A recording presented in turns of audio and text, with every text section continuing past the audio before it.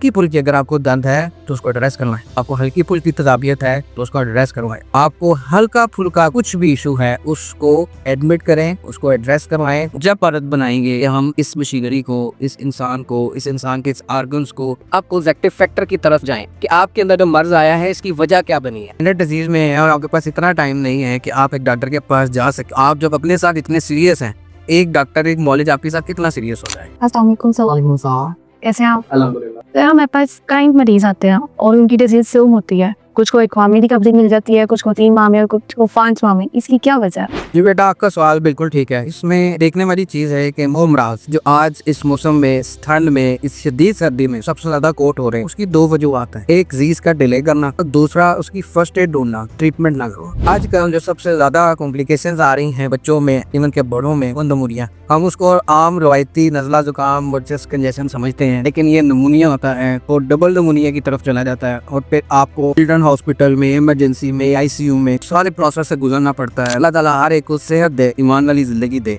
हम first step में किसी भी डिजीज को ट्रीट करवाने की आती ही नहीं। पास बीमारियां हैं जिसमें एकदम या इनहेरिटेडली कुछ इश्यूज हो जाते हैं, जैसे सेलिक डिजीज हो गई, जैसे ऑटिज्म है। सेलिक डिजीज और ऑटिज्म के अंदर भी अगर वो आपको जेनेटिक ऐसे करता भी है या बाई बर्थ कोई इशू होता भी है तो इसके भी बच्चे एज है को उस एज में आप अगर मैनेज करेंगे तो ही ट्रीटमेंट भी हो सकेगा और मैनेज भी हो सकेगा। हम कॉन्स्टिपेशन को डिजीज नहीं समझते, फिर वो पाइल्स की तरफ जाते हैं, पाइल्स के बाद फिर वो फिशर और फिशर से आके फिर हम ऑपरेशन की तरफ चले जाते हैं। छोटी हमियाँ को, लिटिल बिट हर्निया जब होती हैं तो उसको हम डिजीज नहीं समझते, वो आहिस्ता आहिस्ता आहिस्ता फ्लैप पड़ता रहता है। वो इस हद तक दाया बढ़ जाता है कि उसके बाद फिर ऑपरेशन के 2 साल 3 साल के अंदर फिर हमें हर्निया हो जाते हैं। हम कहते हैं हमारा डॉक्टर सही नहीं। यही सलूक हम सर दर्द के साथ करते हैं, यही सलूक हम कमर दर्द के साथ करते हैं। आप ये देखेंगे जो क्लोनोस्कोपी भी करानी पड़ती है, स्टमक के जो बड़े मेजर डिजीजेज हमें हो जाती हैं, उसकी वजह यह है कि इनिशियल डिजीज को हमने डिजीज कंसिडर ही नहीं करते। हमारी आदत ही नहीं है कि हम इनिशियल स्टेज पे किसी अच्छे डॉक्टर से रब्ता करके इसको यहाँ ही कवर करें। और अगर कोई डॉक्टर जो तशखीस कर रहा हो, बीमारियों के बारे में समझा रहा हो, ट्रीटमेंट के बारे में समझा रहा हो, हमारी फिर अवलीन कोशिश ये होती है कि हम इन डॉक्टर साहब से फोन पे ही रब्ता कर लें या मैसेज करके पूछ लें जी मेरी दवाई कौन सी।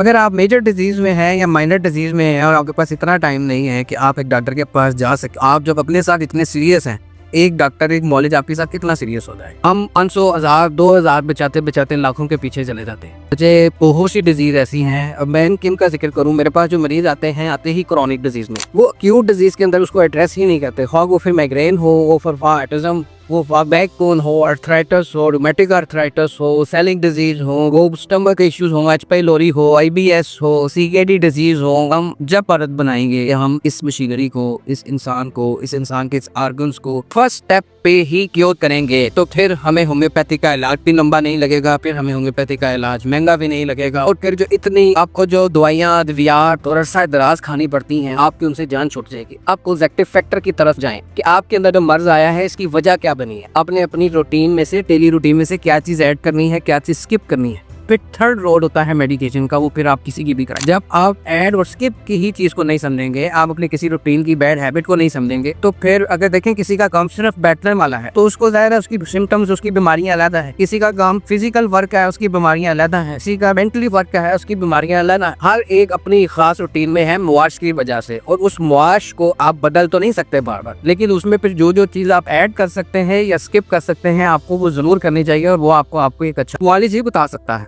तो इन चीजों को कैंडी स्किप ना करें। इस शदीद सर्दी के अंदर कई ऐसी बीमारियां हैं जो उसको फौरन पकड़ने वाली हैं। अगर आप उसको डिले कर जाते हैं, आपकी पूरी सर्दी है उस बीमारी में निकल जाती है और इवन फिर आप 1-2 साल रिकवर होने के लिए लगते हैं। कई हमारे जवान बच्चे जो कि 18-19 साल की उम्र में है, उनको माई कहती रहती हैं कि अपने आप को कवर रखें, अपने आप को कवर रखें, अपने आप को कवर रखें, लेकिन वो समझने से बाला था। और जब ठंड लगती है तो फिर हाल बेहाल हो रहा है। हल्की फुल्की अगर आपको दर्द है तो उसको एड्रेस करवाएं। आपको हल्की फुल्की तजाबियत है तो उसको एड्रेस करवाएं। आपको हल्का फुल्का कुछ भी इशू है उसको एडमिट करें, उसको एड्रेस करवाएं, उसका ट्रीटमेंट करवाएं। आज की आखिरी बात रिसेंटली उम्रा कर आया। अल्लाह ताला हर एक को अपने और अपने महबूब के घर की बार बार ज़ियारत करने की तौफीक अता फरमाए। मैंने वहाँ जो एक चीज बड़ी शिद्दत से महसूस की, वो ये कि जो अपने वालिदैन को किसी भी ग्रुप में भेजते हैं हज और उम्रे की सादत के लिए, हमारे पास इतनी इस्तिताअत नहीं कि हम खुद साथ जा सकें, तो चलो ग्रुप की सूरत में हमारे माँ बाप या दोनों में से कोई एक हो गया है, तो खुदारा ये काम ना करें। आप उधर जाएं, उधर आज भी मुशक्कत है, उम्रे की भी है, हज की भी है। आप अगर साथ उनको अटेंडेंट के तौर पे, मदद के तौर पे अगर आप उनके साथ नहीं जा सकते, आप उनको अपने पास रखें, आप उनकी खिदमत करें, आपके लिए भी बख्शिश का जरिया है, वो उनको भी उस मुशक्कत से बचाया जाएगा। गुरुक की सूरत में जाके कई एक ऐसे मामलात हैं मुझे कि फिर वालिदैन होटल से भी हरम तक नहीं जा सकते, 2 दिन बाद पहुंचते हैं, कोई बीमारी आ जाए, कुछ आ जाए, आप अगर साथ नहीं है तो कोई भी 1 या 2 दिन आपको अटेंड करेगा, आपके वालिदैन को अटेंड करेगा, बाद में कुछ भी नहीं हो सकता। अल्लाह हम सब के लिए आसानियाँ करें। अपनी दुआ भी याद रखें, अपना बहुत ख्याल रखें। अल्लाह हाफ़िज़।